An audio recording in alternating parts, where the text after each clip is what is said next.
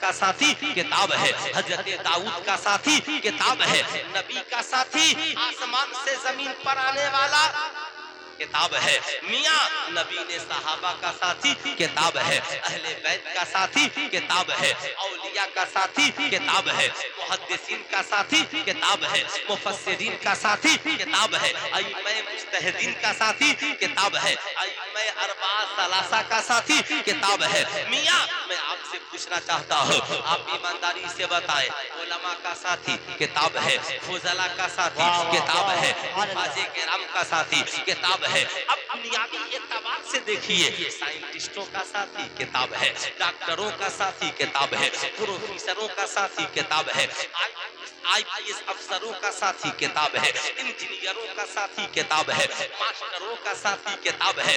दुनिया में जितने कामयाब लोग गुजरे, सबने अपनी जिंदगी का साथी किताब को पहले बनाया है और कामयाबी की दहलीज तक पहुंचे हैं। आपको मानना पड़ेगा, दुनिया में जितने कामयाब लोग गुजरे, सबकी जिंदगी का साथी किताब है। ऐ मेरी कौम का नौजवान, तू भी चाहता है कि कामयाब हो जाए। ऐ मेरी कौम की बेटियों, तुम भी चाहती हो कि कामयाब हो जाओ, तो तुम भी मोबाइल फोन को अपनी जिंदगी का साथी नहीं, बल्कि किताब को अपनी जिंदगी का साथी बना लो। तुम्हारी दुनिया भी कामयाब है और आखिरत भी कामयाब। नारे तकबीर, नारे तकबीर, नारे रिसालत, नारे रिसालत। ने कहा लक़द कान लकुम फी रसूलिल्लाहि उस्वतुन हसना, नबी की जिंदगी तुम्हारे लिए नमूने अमल है। तो नबी ने खुद का साथी किताब को बनाया और नबी ने अपने घर वालों का साथी भी किताब को बनाया। आज वही कौमें कामयाब है जिन्होंने अपना साथी किताब को बनाया है। क्या आपको यकीन नहीं होता? आप वाक़ये करबला को पढ़िए। इमाम हुसैन ने कहा था, माँ मैं क्या करूं? माँ ने कहा था, बेटा कुरान और नमाज से दोस्ती कर ले। साहब याद रखिएगा, सैयदा ने अपने शहजादे को नमाज और कुरान का साथी बनाया। इमाम हुसैन ने कहा, अम्मी जान मैंने उन्हें दोस्त बना लिया है। क्या इमाम हुसैन की नमाज थी? कभी मस्जिद नबवी में नमाज, कभी काबे के, कभी मस्जिद हरम में नमाज। यहाँ इमाम हुसैन ने नमाज और तिलावत को ऐसा साथी बनाया। हजरत अमीर माविया से किसी ने पूछा, कहा हुजूर अगर मैं मस्जिद नबवी में जाना चाहता हूँ, इमाम हुसैन से मुलाकात करने जाना चाहता हूँ, लेकिन मैं कैसे पहचानूंगा कि यही इमाम हुसैन है? हजरत अमीर माविया ने बुलाकर कहा, ऐ मेरे साथी, जब मदीने जाना तो खाली न जाना, इसलिए कि सरकारों की बारगाह में जा रहे हैं। जाना तो तोहफे लेकर के जाना और मेरे पास से लेकर के जाना। ऊँटनी को मस्जिद नबवी के बाहर बांध देना और मस्जिद नबवी में दाखिल होना तो देखना कि सबसे ज्यादा खूबसूरत इंसान कौन बैठा है। उसके इर्द गिर्द लोग बैठे होंगे और वो लोगों को कुरान पढ़ा रहा। समझ लेना वही इमाम हुसैन है। सुभान अल्लाह, सुभान अल्लाह। इमाम हुसैन ने नमाज और कुरान को ऐसा साथी बनाया कि जब मैदान करबला में पहुंचे और अमर बिन साद लश्कर जर्राल लेकर पहुंचा और पहला अटैक जो किया, पानी बंद कर दिया। इमाम हुसैन 3 दिन के भूखे और प्यासे रहे, मगर न एक वक्त की नमाज छोड़ी, न कुरान की तिलावत बंद हुई। यहाँ मैदान कारेदार में आखिर वक्त 72 जख्म खाकर इमाम हुसैन घोड़े से जमीन पर गिरे, पेशानी को जमीन पे रखकर आवाज लगा दी, माँ तेरा बेटा हुसैन है, कल भी नमाज के साथ था और आज भी नमाज के साथ है।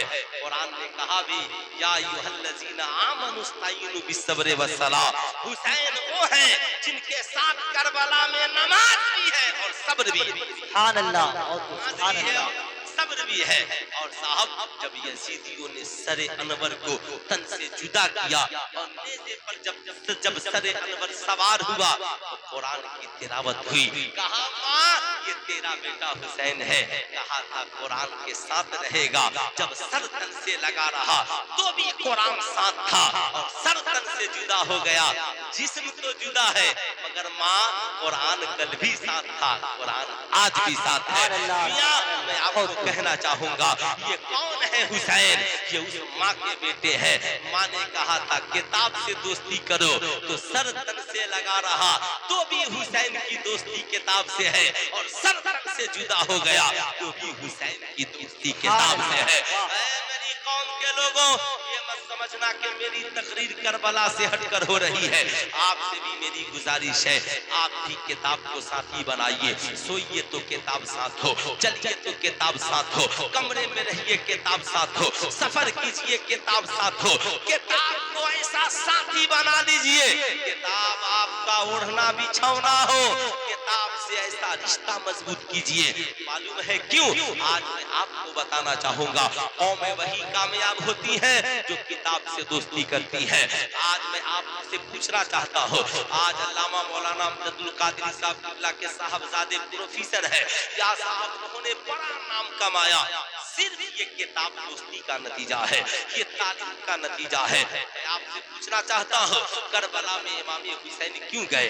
आप सबका जवाब यही होगा इस्लाम बचाने के लिए गए, शरीयत बचाने के लिए गए, मुसलमानों की हिफाजत के लिए गए। साहब उनका जो मकसद था मैदान करबला में उन्होंने जान की बाजी लगाकर खानदान कटाकर इस्लाम भी बचाया, शरीयत भी बचाई, आने वाली नस्लों की भी तहफ्फुज़ का काम किया। लेकिन मैं आपसे पूछना चाहता हूँ क्या आपके जिम्मे कुछ काम नहीं है? क्या आपके जिम्मे भी कुछ बचाना बाकी है?